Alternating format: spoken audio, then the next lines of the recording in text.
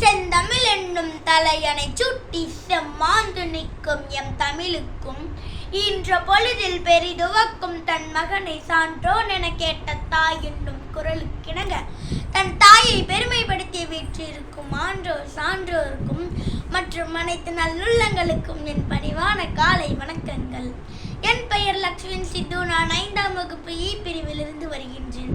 நான் இன்று பாரதியாரை பற்றியும் பாரதிய கவிதை ஒன்றை உங்கள் முன் படிக்கின்றேன். திருநெல்வேலி ஜில்லாக்காரன், திக்கு முக்காடவிக்கும் பேச்சுக்காரன், எட்டயபுர ஜில்லாக்காரன், எட்டா உயர புகழுக்கு சொந்தக்காரன். அவர் எட்டு வச்சதே கவிதைதான். எட்டயபுரத்துல பிறந்த அவரு எட்டு வச்சதே கவிதையில தான்.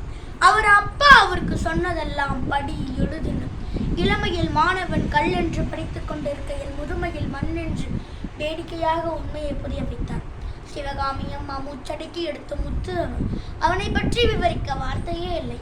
அவனை எடுத்து சாடிட எந்த நாளும் என்றும், அவனை எடுத்து பாடிட தமிழ் வார்த்தையெல்லாம் தின்றும். அவனை பாரத தாயின் சாரதி, எங்கள் வீரத்தமிழன் பாரதி.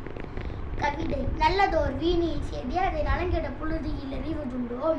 சொல்லடி சிவசக்தி, என்னை சுடர்மிகும் அறிவுடன் படைத்து விட்டாய். வல்லமை தாராயோ இந்த மாநிலம் பயனுற வாழ்வதற்கே. சொல்லடி சிவசக்தி, நீல சுமை என வாழ்ந்திட பொறுகுவையோ. இசையொரு பந்தினை போல் உள்ளம் வேண்டியபடி செல்லும் முதல் கேட்டேன். நசையொரு மனம் கேட்டேன், நித்தம் நவமென சுடர் தரும் மொழி கேட்டேன். தசையினை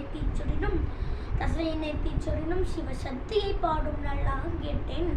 அசைவர் மதி கேட்டேன், இவை அருள்வதில் உனக்கேதும் தடையுள்ளதோ என்று வேண்டுகிறார் மகாகவி பாரதியார். வாய்ப்பளித்தமைக்கு நன்றி கூறி விடைபெறுகின்றேன். நன்றி.